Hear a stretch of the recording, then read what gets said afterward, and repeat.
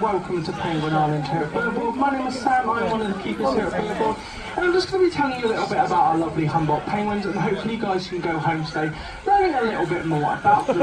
Now, I'm also going to be joined today by another one of our amazing keepers, Alice, who's actually going to be having a very special guest with her today, who is Helen, and she's going to be helping Alice feed the Humboldt penguins for you guys today. Now, these guys are our Humboldt penguins. They're actually one of two different species of penguin that we have here at Birdworld. Obviously, the first one is going to be our wonderful Humboldts, which are located here at Penguin Island, but we do also have our lovely African penguins, which are located behind me at Penguin Beach. Now, so Humboldt penguins are actually found in parts of Chile and Peru in South America, and are actually one of 18 different species of penguin found in the Southern Hemisphere. Now, some people are quite surprised when I say this, just because a lot of the documentaries that you see on television do actually tend to focus on the emperor penguins, which are obviously found in Antarctica, but in a matter of fact, about 3/4 of penguin species are actually found in more warmer climates, such as Australia, New Zealand, South Africa and South America, like our Humboldts. Now, today Helen and Alice are actually feeding our Humboldts on sprats. Now, this is one of their favourite fish, but out in the wild they'll eat very similar fish such as sardines and anchovies, but they will also take things such as krill, crustaceans and even jellyfish. Now, the penguins actually have two special tools that actually help them hunt more successfully. The first one is actually a small hook at the end of their beak, which allows the penguin an extra grip on that prey just so that the prey doesn't slip away. They do also have small barbs or hooks that line their tongue and go slightly down their throat, and this basically again allows the penguin an extra grip on the prey just so it doesn't slip away, because obviously in the wild they're not going to have two lovely people feeding them from a bucket, they're going to have to go and catch their own stuff. Now, as I mentioned, these guys are from South America and do actually live on the edge of the world's driest desert, so as you can imagine, temperatures on land can be extremely hot, so the penguins actually have a pretty cool adaptation to help them against the heat. And that's actually a bare patch of skin around their eyes. Now, especially on a day like today, you might see a lot of our penguins actually sort of sunbathing a little bit. They'll have a very pinkish red face, and they'll basically be sort of panting a little bit. But basically, this is just how the penguins cool down. So, just like humans sweat and dogs pant, penguins just have this method of basically pushing blood to this area in their face, giving them that pinkish red appearance, and basically keeping a nice regular body temperature just so they don't overheat. Now, also where they're from, they do suffer with very icy cold conditions in the waters. Now, the reason being is because there is actually a current known as the Humboldt Current, which is actually also what they're named after, and this flows in from Antarctica, making the waters very icy cold, as mentioned before. So the penguins actually have two special adaptations to help them against this. The first one is actually two layers of feathers. So the first layer are actually the ones you can see right now, the black and white ones, and they're made up of very small but stiff feathers that overlap each other. Now, if you look at the ones in the water, you can see they do look like they're wearing little wetsuits, and that is exactly what that top layer of feathers is designed to do. It just basically keeps the penguin nice and waterproof in the waters, as well as keeping that second layer of feathers nice and waterproof as well.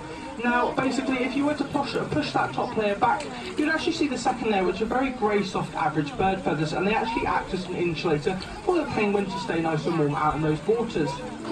Now, they do also have a thin layer of blubber, so just like seals, whales and dolphins have, it's just another adaptation that they have sort of got that allows them to stay nice and warm out in those waters just to don't freeze as well. Now, you might have noticed that in our colony today, there are a few individuals that are the same colour as the adults. Now, I've just given a bit of a clue to why they're not the same colour as the adults. It is because they're actually baby Humboldt penguins. Now, when they leave the nest box, they are actually still quite vulnerable and do need to be taught up on how to swim and the right stuff to eat is, and basically the adults then need an indicator to tell them, hence why they are a different colour. Normally, once they hit around 1 or 2 years old, the baby penguins will actually then molt that colour out and actually push through a brand new set of feathers, which are actually the black and white ones you can see a majority of our adults have in our colony today. Now, you might have also noticed that there are a few penguins that are looking extremely scruffy at the moment, and that is actually a completely normal thing for our penguins to be going through. Now, they're actually going through that annual molt, so at the end of the breeding season, our penguins actually grow a new set of feathers for themselves, because it does sound very gross, but Humboldt penguins actually use their own poo as a nesting material. So if you think about it, when you come out, you do want yourself a nice sort of fresh set of feathers, so that's exactly what they will do. So what they'll do is they get really, really fat and basically sit in a hole, or they'll sort of go in a burrow that they've dug themselves, and they'll actually push all their feathers out at once. Now, the reason why they tend to do it all at once is because if they were to do it one or two feathers at a time, like most other bird species do, it's a lot energy efficient. It's not very time effective as well for them. They want to get it overdone as quickly as they can. So the reason why they do that all at once is because of that reason really there. And basically as well, it is very time sort of energy efficient as well for them as well. So it means they can quickly push all their feathers out, regrow the new ones, and go back to fishing for themselves as well. Now, unfortunately, Humboldt penguins are actually classed as a vulnerable species, and this is due to something known as guano mining. So guano is just a fancy way of saying penguin poo or seabird poo, and as mentioned before, obviously they do like to nest in their own poo, but guano miners actually wanted to take this away from the penguins, not realising they use it as a nesting material, and basically took this away from the penguins and actually left the eggs and chicks quite vulnerable, and unfortunately numbers actually did drop quite low. But thanks to having a captive population such as these guys and other collections around zoos around the world as well, it allows people to have a safety net of penguins, so if something like that was to ever happen again, they could be then sent back out into the wild to help with reintroducing them back out into the wild.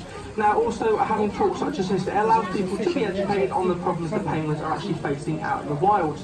Now also here at Birdworld, we actually work quite closely with an organisation known as Sandcop, and they actually help us re-release our penguins back out into the wild. So they do actually work quite closely with both our African and our Humboldt penguins. And going back to those babies I was telling you about earlier, if they're not sent to another collection around the UK or around the world for that matter to help with breeding programmes, they will actually be sent back out into the wild, and thanks to this, numbers are actually back on the increase.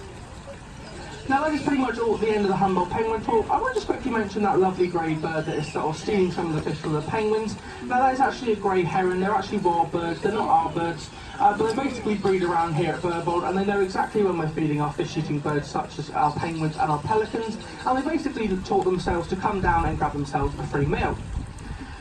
Now, as I mentioned, that is pretty much the end of the Humboldt penguin talk. The next talk for you guys is actually going to be the last one of the day, and it's actually going to be at Terry Pratchett Owl Parliament. So if you follow the path back towards the entrance, you'll see Terry Pratchett Owl Parliament, and basically one of the keepers will go around with you and explain our lovely owl species that we have down there. So if you are interested in that, then feel free to head along today to that. But can we end the talk today by giving Helen a massive round of applause for feeding our penguins? Thank you very much, guys, and enjoy the rest of your day here at Birdworld.